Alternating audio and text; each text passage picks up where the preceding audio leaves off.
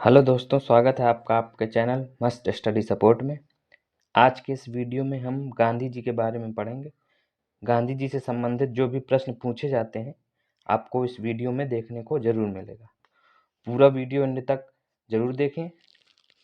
चलिए शुरू करते हैं। देखिए, महात्मा गांधी का जन्म 2 अक्टूबर 1869 ईस्वी को गुजरात के पोरबंदर में हुआ था। इनका पूरा नाम मोहनदास करमचंद गांधी था और इनके पिता का नाम करमचंद गांधी तथा माता का नाम पुतलीबाई था। 13 वर्ष की आयु में इनका विवाह कस्तूरबा के साथ हुआ था। ठीक है, कभी कभी पूछ लिया जाता है उनकी पत्नी का नाम क्या था, कस्तूरबा। तो 13 वर्ष की आयु में इनका विवाह कस्तूरबा के साथ हुआ था। 1888 ईस्वी में वकालत की पढ़ाई करने के लिए ये इंग्लैंड चले गए थे। इसके बाद 1891 ईस्वी में इन्हें बैरिस्टर की डिग्री प्राप्त हुई और इसी वर्ष ये भारत आ गए। इसके बाद 1893 में एक गुजराती व्यापारी दादा अब्दुल्ला के मुकदमे के लिए ये दक्षिण अफ्रीका चले गए थे। पूछ लिया जाता है कि दक्षिण अफ्रीका कब गए थे, 1893 ईस्वी में। किसके लिए? दादा अब्दुल्ला के मुकदमे के लिए गए थे। जब वे दक्षिण अफ्रीका में रेलवे कोच के प्रथम श्रेणी के डिब्बे में यात्रा कर रहे थे तो पीटर मैरिट्सबर्ग नामक स्टेशन पर एक अंग्रेज ने उन्हें जबरदस्ती प्रथम श्रेणी के डिब्बे से उतार दिया था। इस घटना ने इन्हें नस्ल और रंग भेदभाव के बारे में सोचने के लिए प्रेरित किया था। इन्होंने दक्षिण अफ्रीका में भारतीयों के भेदभाव के खिलाफ लड़ने के लिए 1894 ईस्वी में नटाल इंडियन कांग्रेस की स्थापना की। पूछ लिया जाता है 1894 ईस्वी में गांधी जी ने दक्षिण अफ्रीका में क्या किया था। तो 1894 ईस्वी में भेदभाव के खिलाफ लड़ने के लिए नटाल इंडियन कांग्रेस की स्थापना की थी। इसके बाद 1903 में गांधी जी ने दक्षिण अफ्रीका से इंडियन ओपिनियन नामक पत्र निकालना शुरू किया। गांधी जी ने दक्षिण अफ्रीका में कौन सा पत्र निकाला? Indian opinion. ठीक है। इसके बाद 1904 में डरबन से 84 मील दूर फिनिक्स में आश्रम की स्थापना की। ठीक है। इसके बाद 1906 में गांधी जी पहली बार दक्षिण अफ्रीका में परवाना कानून के विरुद्ध सत्याग्रह आंदोलन किया। पूछ लिया जाता है गांधी जी ने पहली बार सत्याग्रह आंदोलन कहाँ किया? तो दक्षिण अफ्रीका में परवाना कानून के विरुद्ध। ठीक है। 1908 में गांधी जी दक्षिण अफ्रीका में ही पहली बार जेल गए थे। तो पहली बार जेल कब गए थे गांधी जी? दक्षिण अफ्रीका में 1908 में। और 1909 में इंग्लैंड से दक्षिण अफ्रीका आते समय जल जहाज में ही इन्होंने हिंद स्वराज नामक पुस्तक गुजराती भाषा में लिखी थी। तो हिंद स्वराज किसकी पुस्तक है? गांधी जी की। इसके बाद महात्मा गांधी 9 जनवरी 1915 को दक्षिण अफ्रीका से भारत लौटे थे। इसलिए 9 जनवरी को भारत में प्रतिवर्ष प्रवासी दिवस के रूप में मनाया जाता है। पूछ लिया जाता है गांधी जी दक्षिण अफ्रीका से कब लौटे थे? तो गांधी जी दक्षिण अफ्रीका से 9 जनवरी 1915 को लौटे थे और 9 जनवरी को ही भारत में प्रतिवर्ष प्रवासी दिवस के रूप में मनाया जाता है। इसके बाद भारत वापस आने के क्रम में वे गोपाल कृष्ण गोखले जी से काफी प्रभावित हुए और उन्हें अपना गुरु मान लिया।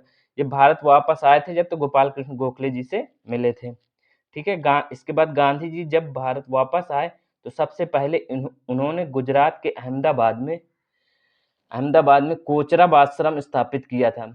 कहाँ सबसे पहले आश्रम स्थापित किया था? कोचरब आश्रम अहमदाबाद में। हालांकि 2 साल बाद आश्रम प्लेग के चपेट में आ गया, जिससे गांधी जी ने आश्रम को साबरमती नदी के किनारे स्थानांतरित करना पड़ा। प्लेग की बीमारी आ गई थी अहमदाबाद में, इसलिए आश्रम को साबरमती नदी के किनारे स्थानांतरित किया। इसी समय दुनिया में प्रथम विश्व युद्ध चल रहा था। गांधी जी ने भारतीयों को विश्व युद्ध में अंग्रेजों की मदद के लिए अंग्रेजी सेना में भर्ती होने का प्रोत्साहन दिया था। 1915 में ही गांधी जी ने अंग्रेजी सेना में भर्ती होने के लिए भारतीयों को कहा था, क्योंकि वो सोच रहे थे कि हम अंग्रेजों का साथ देंगे तो अंग्रेज हमारा भी साथ देंगे।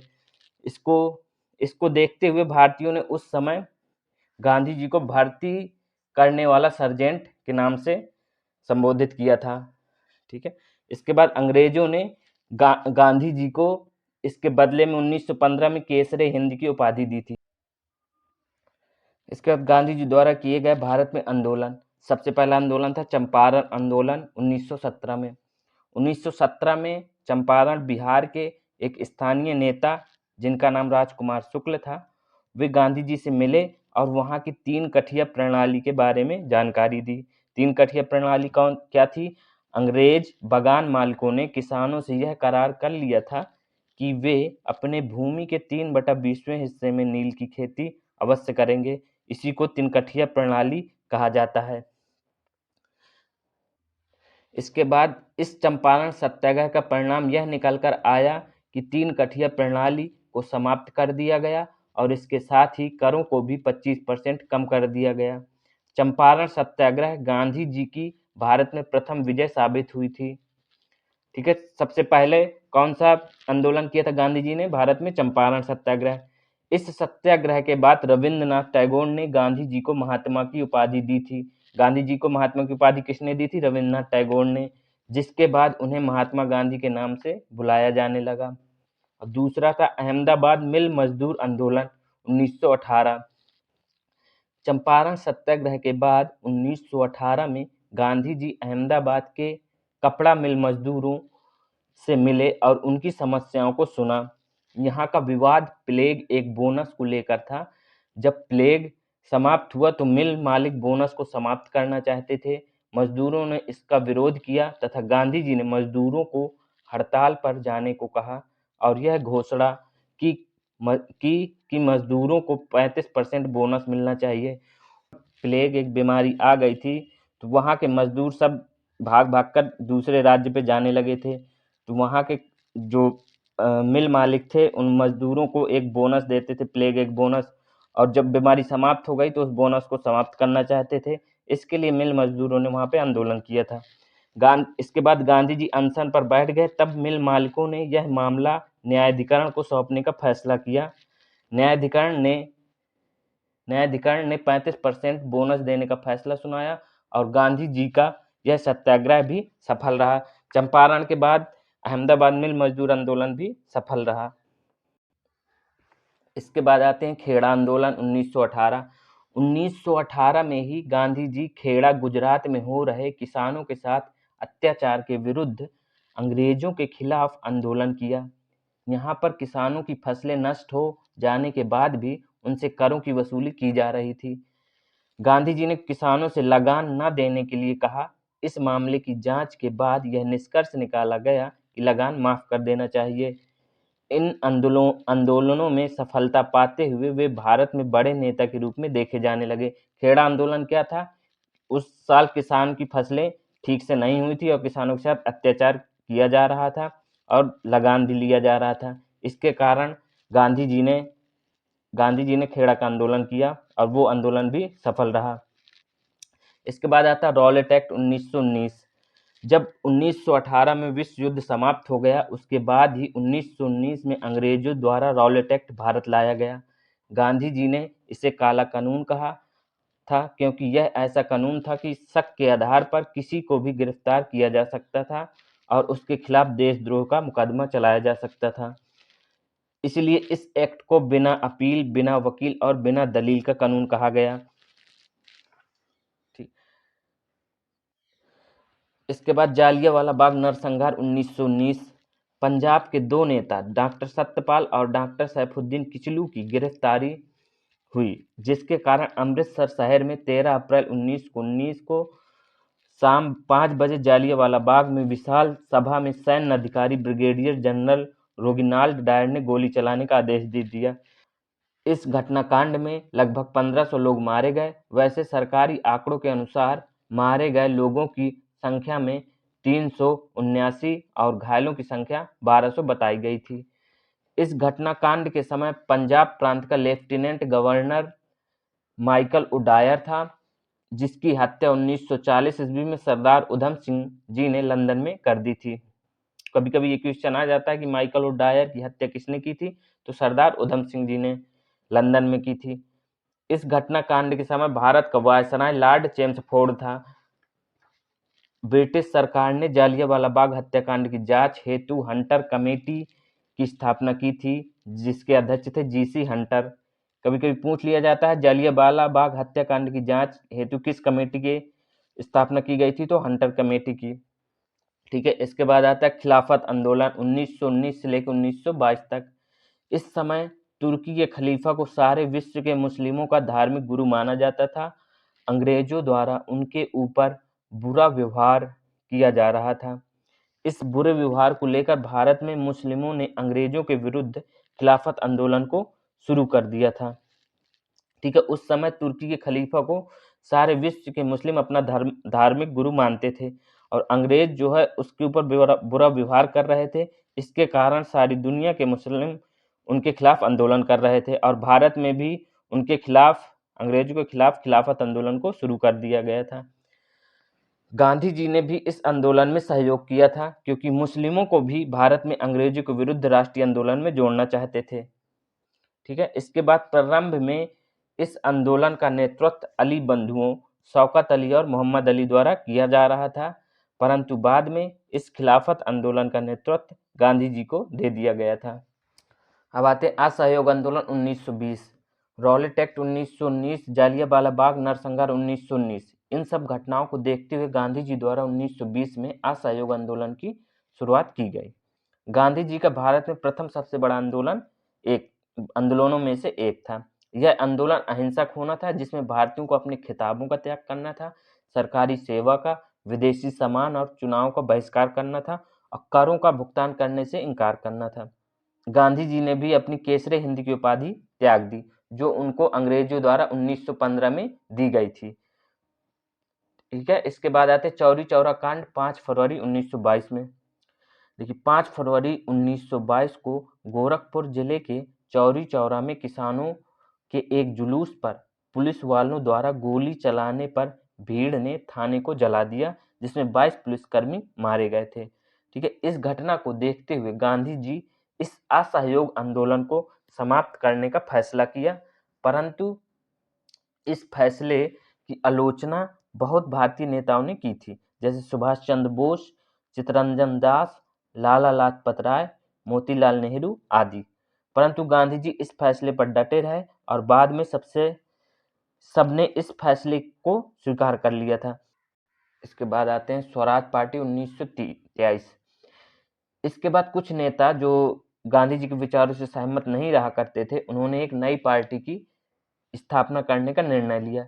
इस क्रम में चित्तरंजन दास और मोतीलाल नेहरू ने इलाहाबाद में मार्च 1923 में स्वराज पार्टी की स्थापना कर दी थी। इसके बाद आते हैं साइमन कमीशन 1928।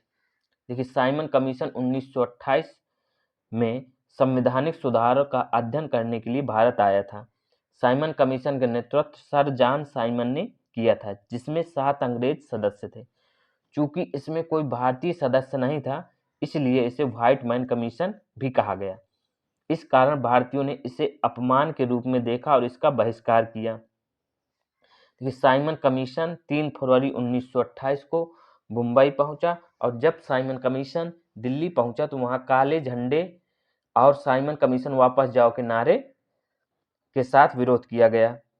साइमन कमीशन जब लाहौर पहुंचा तो लाला लाजपत राय के नेतृत्व में इसके खिलाफ प्रदर्शन किया गया, पर पुलिस के लाठीचार्ज के कारण ही कुछ दिनों के बाद लाला जी की मृत्यु हो गई थी। ठीक है। इसके बाद आते हैं सबने अवज्ञा आंदोलन 1930 से 1934 के बीच।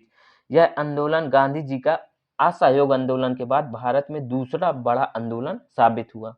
कुछ कारणों की वजह से यह आंदोलन 2 चरणों में चला था। पहला चरण 1930 से लेकर 1931 तक चला था और दूसरा चरण 1932 से लेकर 1934 तक चला था। सविनय अवज्ञा आंदोलन भारतीय लोगों की मांगों को स्वीकार करने के लिए ब्रिटिश सरकार पर दबाव बनाने हेतु असहयोग आंदोलन का एक रूप था। ठीक। इसके बाद आते हैं दांडी मार्च, जो 12 मार्च 1930 से 6 अप्रैल 1930 के तक हुई थी।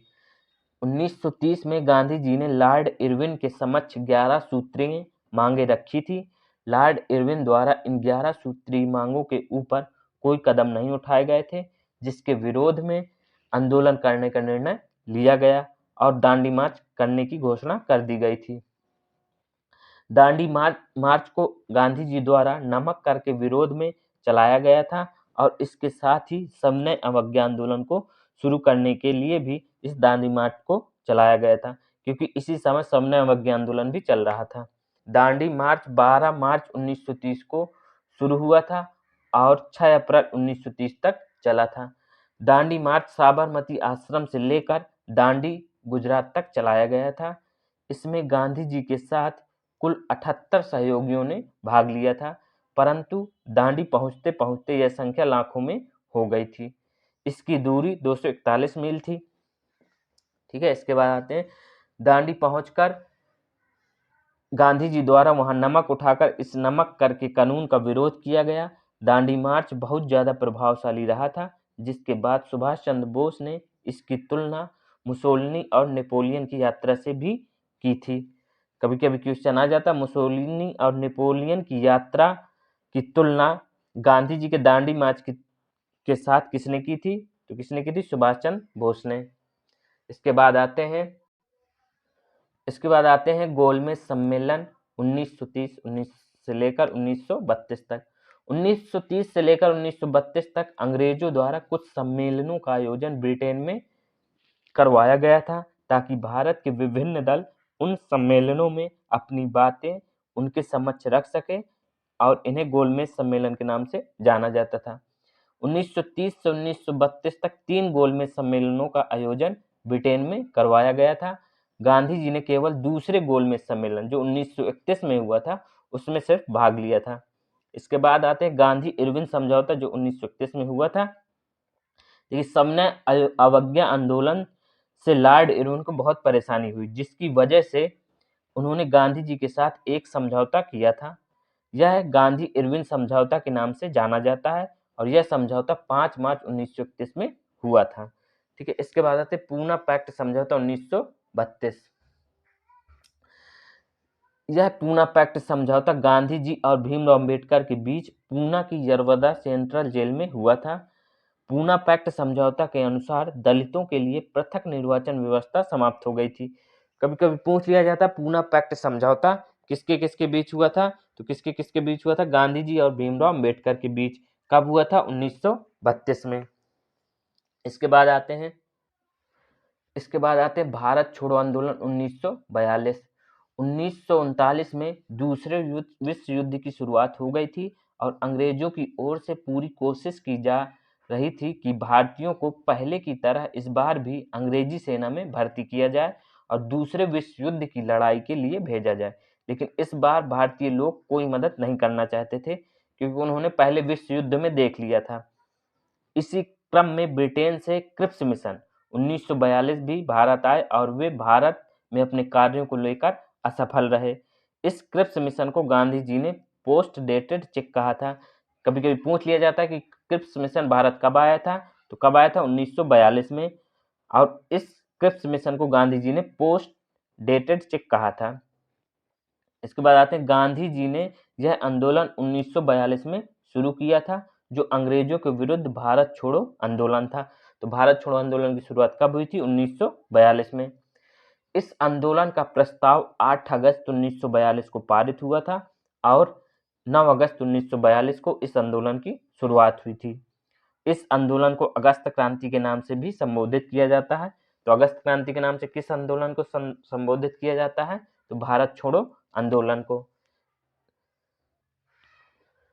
इसके बाद गांधी अंग्रेजों द्वारा ऑपरेशन जीरो आवर चलाया गया, जिसके तहत गांधी जी सहित सारे बड़े नेताओं को गिरफ्तार कर लिया गया था। गांधी जी को गिरफ्तार करके आगा खां पैलेस में कैद करा गया था और अंग्रेजों द्वारा इस आंदोलन की दबाने की पूरी कोशिश हो रही थी, परंतु इस आंदोलन को नेताओं के साथ साथ लोगों का भी खूब सहयोग मिला और यह आंदोलन भारत के अंतिम सबसे बड़ी स्वतंत्रता संग्राम की लड़ाई में से एक बना। ठीक है, इसके बाद भारत का विभाजन हुआ था 1947 में। तो 22 मार्च 1947 को ब्रिटिश भारत का 34वां एवं अंतिम governor general Lord Mountbatten Bharat आया था। कभी भी पूछ लिया जाता कि भारत का अंतिम गवर्नर जनरल कौन था? तो कौन था? Lord Mountbatten. लॉर्ड माउंटबेटन की योजना के अनुसार भारत और पाकिस्तान 2 अलग देश बना दिए गए थे। ठीक है, लॉर्ड माउंटेन योजना के तहत ही भारत और पाकिस्तान 2 अलग देश बना दिए गए थे। अंत में 30 जनवरी 1948 को बिरला हाउस में शाम की प्रार्थना के दौरान नाथूराम गोडसे ने महात्मा गांधी जी को गोली मारकर शहीद कर दिया गया था। तो महात्मा गांधी जी को किसने मारा था? नाथूराम गोडसे ने। कब मारा था? 30 जनवरी 1948 को। कहाँ पे? बिरला हाउस में। ठीक है, अगर आपको ये वीडियो पसंद आया हो तो आप चैनल को सब्सक्राइब करिए और वीडियो को लाइक करिए।